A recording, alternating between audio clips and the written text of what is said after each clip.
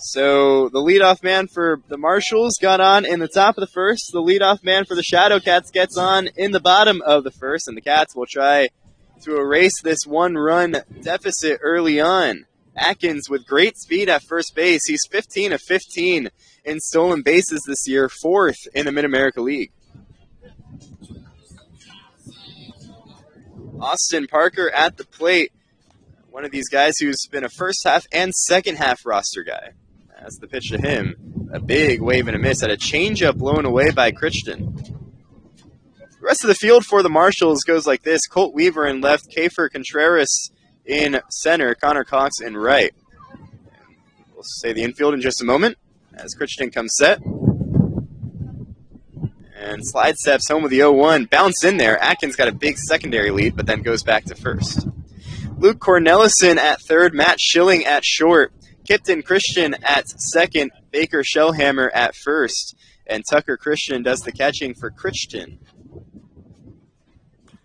Comes set. Parker facing a 1-1 count with Atkins on first. 1-1 pitch. This one hit on the ground towards second. Christian fields it, flips to second for one, on to first, in time for the double play. Well, Christian at second bobbled it for a second. It's off Schilling at short, and he makes the play. Throws across the diamond. There's one gone here in the bottom of the third inning. Man, it is really coming down pretty hard right now. The biggest thing to note is that there is no lightning. These are just rain clouds. Lightning is what really can delay the game, although if it starts coming down too hard, we can maybe see a delay. As Parker takes way high, that one might have slipped out of the hand of Crichton, who looked towards his dugout saying, hey, maybe we should delay this one a little bit. Crichton on the rubber with the rains falling pretty hard now. 1-0 to Austin Parker. And the pitch. This is well outside and doesn't seem to have a comfortable grip. The biggest thing with this field is the dirt is fine. In fact, if you talk to manager Chris Johnson about it, the dirt actually needs the rain. 2-0. This one is driven deep out to left field. Weaver going back. He looks up. It is gone. Austin Parker with an opposite field home run puts the Shadow Cats on the board. It's now 4-1. Austin Parker, the big, powerful left-hander, set to go to Southeastern Oklahoma State, recovering from a back injury. His back seemed just fine on that one, and he absolutely tattooed that ball the opposite way. And the Shadow Cats finally get on the board here in the bottom of the third. They now trail by 3.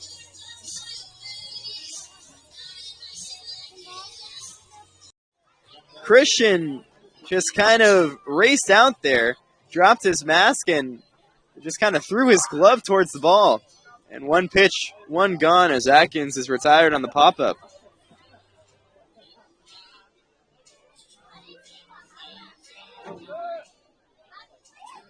So I'll bring up Austin Parker. He homered his last time up, hit the solo shot to left field. First pitch to him. A strike on the outer half. Parker is set to be a freshman at Southeastern Oklahoma State next year. A redshirt after he transferred from Howard. 0-1. Breaking ball, a half-hearted swing by Parker. He was not expecting that one, and the count's 0-2. He started the first 4 games of the year at Howard and then just kind of tweaked something in his back, decided to shut it down, and actually thought that he was going to retire from baseball. The 0-2 to him. This is up and away. Then decided, okay, I'll try and rehab. So he took the year to rehab and has been liking his rehab process. Now he's here with Sherman and set to play at Southeastern Oklahoma State in the fall. 0-2, the pitch. A defensive swing that's fouled straight back by Parker. The Edmond, Oklahoma native. Big guy, standing at 6'2", 195. I got a chance to talk to him earlier today. Man, big guy, jacked, and definitely saw that with the home run earlier today. 1-2. Breaking ball misses up and away. A veteran on this squad. One of those guys who's been on the first half team and the second half roster. 2-2 the count. And the pitch. One misses outside. Talks about how it's almost been kind of weird. The first half roster, he noted how tight that group was. And not saying that this group isn't tight, but it's just a gelling process. They've only had 10 games together. And 9 of those 10 have come on the road. Full count. Pitch. This one hit on the ground towards first, backhanded by Shellhammer. He takes it to first himself. And there's 2 gone here in the bottom of the 5th inning.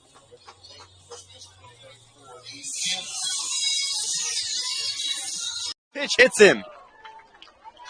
Atkins takes a hit by pitch. The second hit by pitch issued this inning. Another run comes home. It's another run that comes home without a hit coming across in this inning. It's now 6-4. The Shadowcats down. Now the tying run is in scoring position in the go-ahead run on first.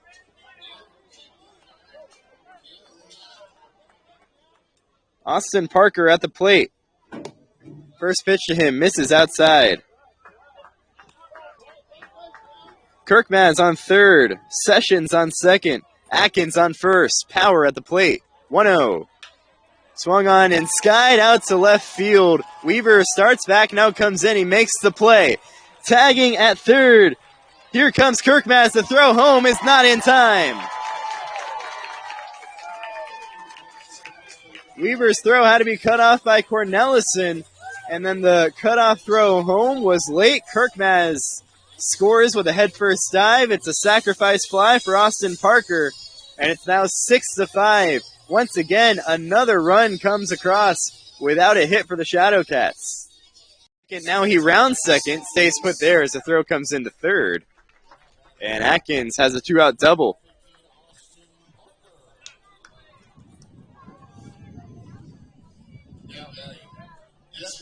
So second hit of the game for Kason Atkins, leadoff hitter, and that'll bring up Austin Parker. Parker drove in a run his last time up with a sacrifice fly.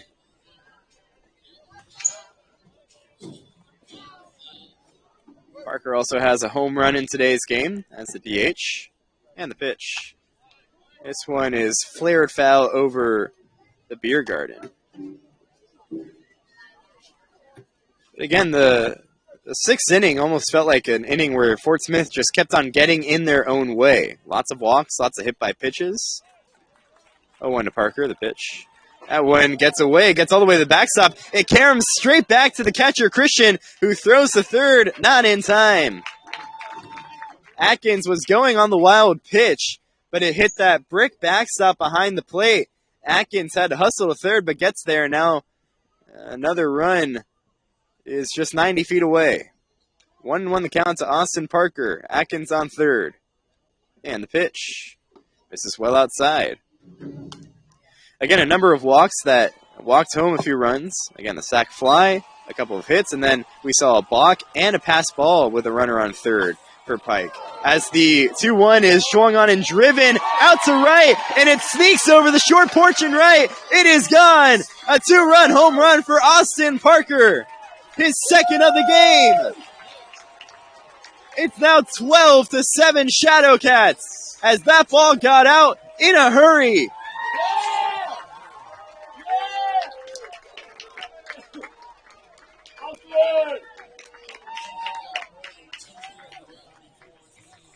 Austin Parker elated as he reaches home plate and the dugout.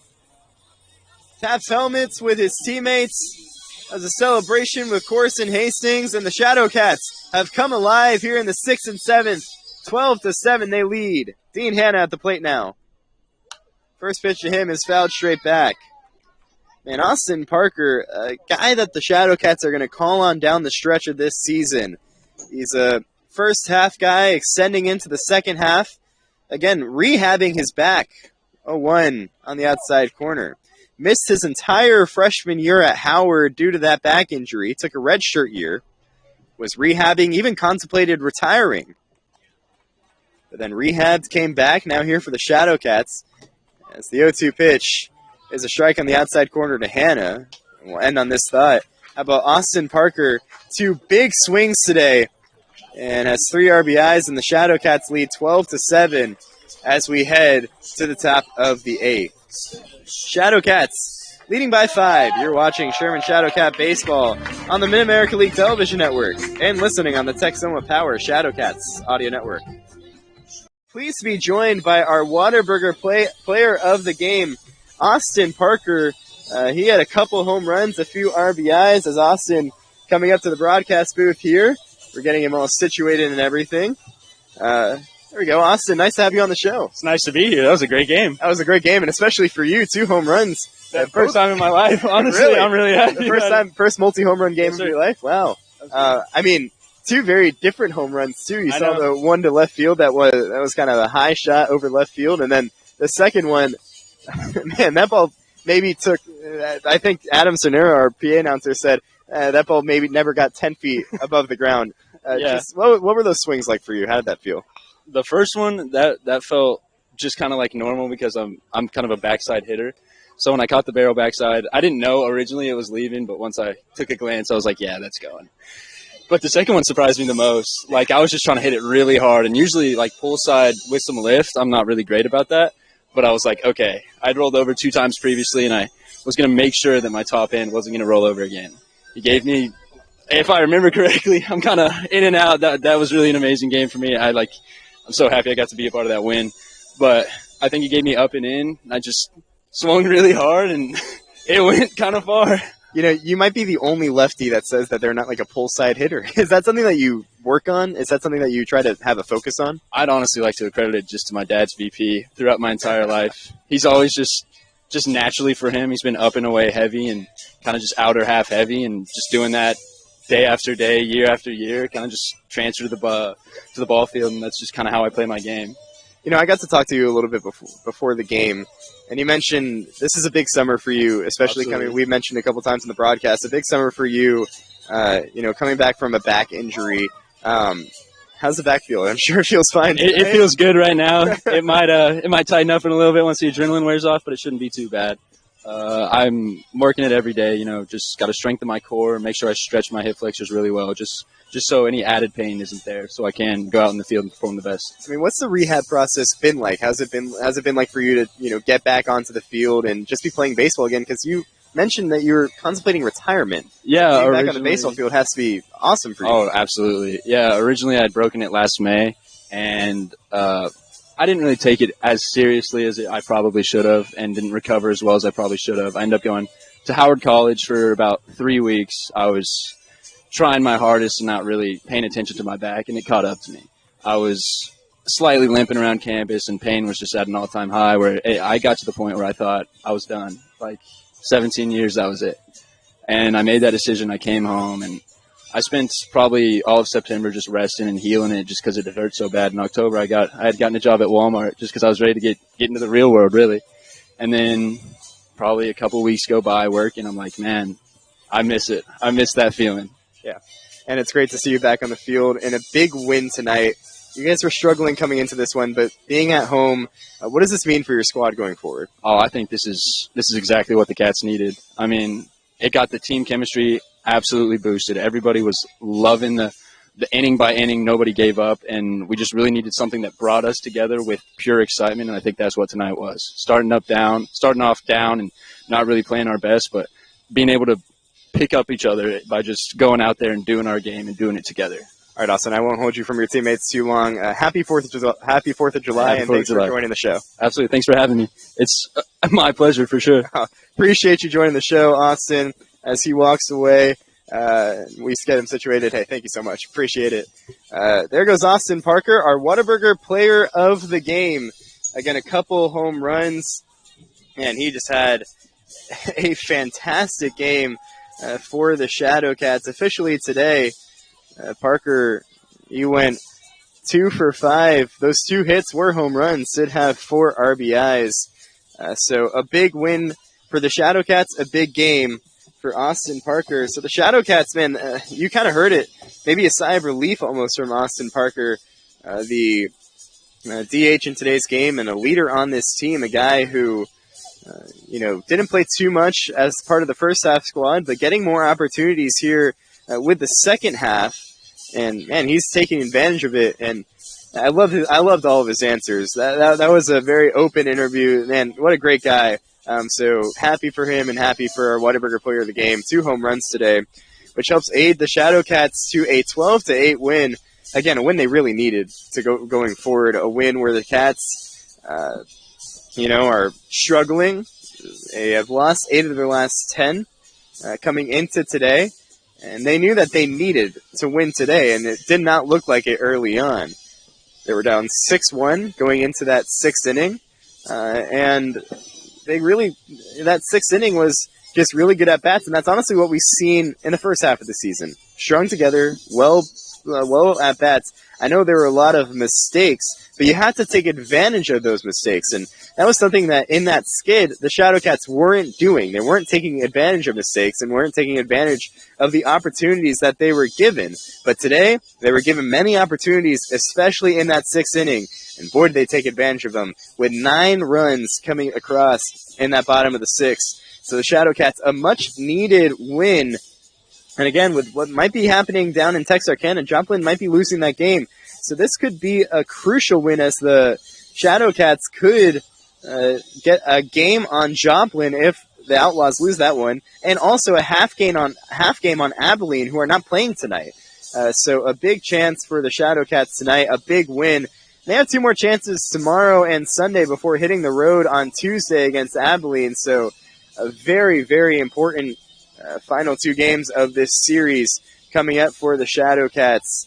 And that's how we'll close this one out here at Veterans Field tonight. Our final line for tonight's game for Fort Smith, they have 8 runs on 13 hits, 2 errors, and man, a couple of those came crucially in that 6th inning. And the losing pitcher for Fort Smith is Clayton Pike, and he came in relief and struggled in that 6th inning. Granted, he did have a lot of inherited runners from Luke Crichton, but Pike ultimately kind of furthered that, and he is credited with the loss. Jonathan Berzicki gets the win for the Shadowcats, and their final line goes like this: 12 runs on 10 hits and just 1 error. Again, 9 runs in that bottom of the 6th inning. All right, that'll do it for us here tonight at Veterans Field. We'll be back tomorrow night here at the Vet for Game 2 of this 3-game set between the Shadowcats and the Marshals, and a game where the Shadowcats will probably have just as much importance on it as this one does. They'll try and take the first 2 games of the series and try to get back to their winning ways like we saw in the first half of the season. Again, coming into today, they've lost 8 of their last 10, but here at home, they've won 1 of 1, and I think that's what manager Chris Johnson will focus on heading into tomorrow's game. First pitch between the Shadowcats and the Marshals tomorrow is at 7:05, and our Able Alleman Roofing pregame show starts at 6:45. That's going to do it for us here on the First Texoma National Bank postgame show. Josh Rajanov saying goodnight to everyone. 12-8, the Shadowcats win here on 4th of July. Happy 4th of July, everyone, and until tomorrow, so long, everybody.